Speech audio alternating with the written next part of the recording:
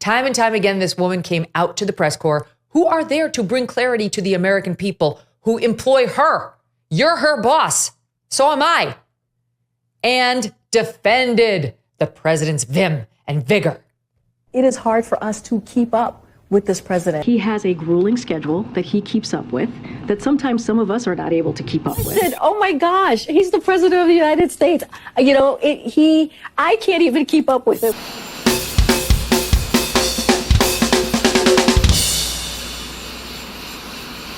Quote a little bit of what the First Lady said, I think incredibly well, just a couple days ago. President Biden does more in 1 hour than most people do in a day. Person eligible for what I've been able to do with the with the COVID, with dealing with everything we have to do with. Look, if we finally beat Medicare. And the reporting about the neurologist visiting the White House 9 times at least in the past year. And then genuine anger from the press corps, which behind the scenes we now know has been getting pummeled by this White House for even asking about Mr. Biden's cognitive well-being. James Rosen banned from press conferences for 8 months after he went there with the president. Others with their hands slapped and shamed for daring to bring up the topic. That's her doing that. That's her office. Those are her colleagues at the campaign as well. And desirous of currying favor with the ones they wronged. Watch this. I do take offense to what Ed alluded to. You know, come out here, every day there's a press briefing, and we do our best to give you the information that we have at the time. That's what we do. And we understand that the freedom of the press, we respect the freedom of the press. I appreciate the back and forth that we all have. I try to respect you, and I hope you try to respect me. And my team does everything that we can to make sure we get the answers to you. That's what we do. And sometimes we disagree. Sometimes we are not in agreement. But you know what? That's democracy. To say that I'm holding information or allude to anything else is not unfair. It's really, really unfair. And I will admit, I will be the first one to admit, sometimes I get it wrong. Yeah. At least I admit that. At least I admit that.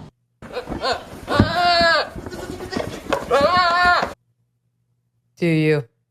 Do you? I couldn't believe it when I watched this. When I heard this live, my jaw dropped. Please like me. It wasn't me. There could be congressional investigations of this disgusting cover-up, which is exactly like your dog's dump in the living room, by the way. It stinks to high heaven, and it is nearly impossible to clean up. She was finding out real time. This was the first stage of coming to grips with the fact that the American people, not just Republicans, but all of us, are onto her. We know we've been spoon-fed lies. Yes, I know if you watch this show, you knew that long ago. But her side is finding it out, so she's panicked. She lied more. The press exposed the fact that a neurologist had been visiting the White House residence clinic. Okay, now according to Dr. Ronnie Jackson, who was the White House doctor for both Obama and for Trump, he says that's right below the president's bedroom, and it is dedicated only to members of the first family, right? And she tried to take that visit and tell the press that that meeting with this doctor was not about President Biden at all. I just want to get a clarification on the letter that was sent last night. Sure, absolutely. From Dr. O'Connor. And you can correct me if I'm wrong, but it didn't seem to explicitly describe the nature of Dr. Kennard's meeting with Dr. O'Connor. So can you say whether that one meeting was related to care for the president himself? I can say that it was not. It was not. Okay, yeah, great. And can I just ask why that information that was released last night just wasn't said at the briefing yesterday? Well, no. Actually, a lot of what is in the letter was said at the briefing, to be very, very clear. I said many of the things that were laid out in the letter was actually repeated right here behind this lectern at this podium yesterday. By the way, she has a tell. She always says, we've been very clear when she's going to tell a lie. We've been clear, either precedes or follows her lies, often. And what she said there was exposed as a lie. That meeting was about Joe Biden. That was later outed, and she had to, again, dog with the tail between the legs come back to the lectern and admit it when the press caught her.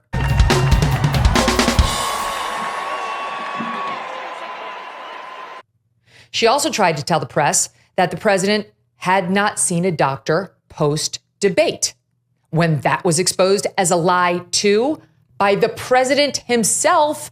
He was meeting with those Democratic governors and he told them he'd been seen by a doctor. She then tried to say, well, what she meant was he hadn't gotten a full physical since the debate, which nobody was even asking about. But of course, Mr. Biden sees doctors every day. She wants us to know it's every day. It's not because of the debate or his performance there. He sees a doctor every day, conveniently, when he's drinking green juice and pumping iron. Can you elaborate on what the difference is between a check-in and an exam? At these check-ins, does Dr. O'Connor or another staff member take the president's vitals or anything like that? They're verbal check-ins with the president. They check in. As the president's exercising, that's usually how this happens. Okay. Sure, Jan. As an added cherry on top of all of this, we get her self-aggrandizing rewrite of her own behavior. It has been an unprecedented time. I think you guys could admit that, right? It is an unprecedented time. And so we are meeting the moment, a new moment that has never really existed before. We're meeting the moment. You know, we admit when we're wrong. We respect you guys. We appreciate the back and forth of this room. My Lord. After this gaslighting, we got to the phase we tend to get from most liars when their lies are exposed. Jean-Pierre got defensive, and she feigned indignation when pressed on her many, many, many lies. This particular exchange with a CBS News reporter was about those neurology visits. I do take offense to what Ed alluded to. You know, come out here, every day there's a press briefing, and we do our best to give you the information that we have at the time.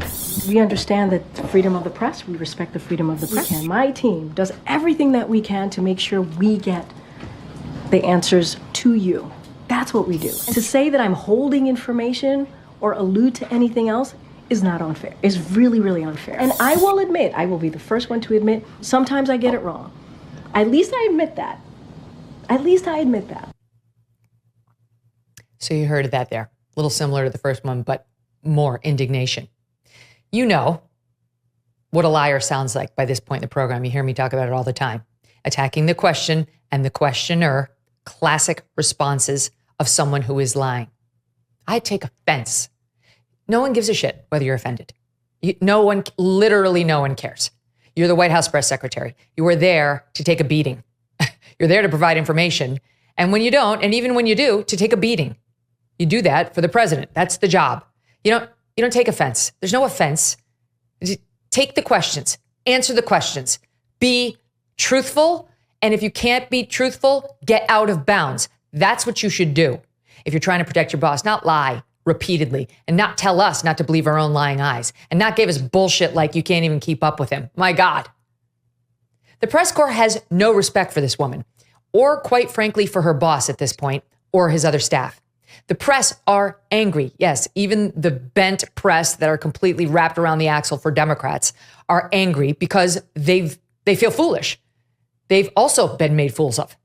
And that same press corps is going to be there this evening when Joe Biden holds a 6:30 p.m. news conference after his NATO meetings. First it was 5:30, then they moved it to 6:30. We are getting dangerously close to bedtime. This is the first time he's had a presser in months and during what can fairly be described as a stressful week.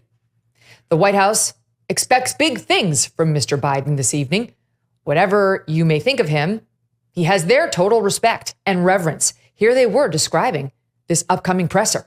This week, President Biden will speak to national labor leaders of AFL-CIO, host the NATO summit to show the unprecedented strength of our alliance, hold a press conference, a big boy press conference, according to Justin Sink from Bloomberg. After that, the president will hold a press conference, I guess a big boy press conference is what we're calling it. Oh my God. Okay. I realized that was first penned by someone in the press. They picked it up and went with it. So tonight, Joe Biden will hold a big boy presser, trying to convince Pelosi, Schumer, Jeffries, Obama, and others he can eat his peas and chicken too. He can stay up late and get his homework done on time. He can go on the potty and pull up his own big boy pants. And the dignity of his office, already grossly diminished by this dishonest cast of characters, will fall even lower. I don't see how Joe Biden can survive here. I know it's better for Trump if he does. I don't really care. He's not fit. His staff is part of the biggest presidential cover-up in decades. He needs to step down from the presidency, never mind the campaign, for the safety of the country. That's what a big boy would do. Get woke, go broke. Ain't no joke. Get woke, go broke. You're so damn woke. Toxic, terrible man. Hey!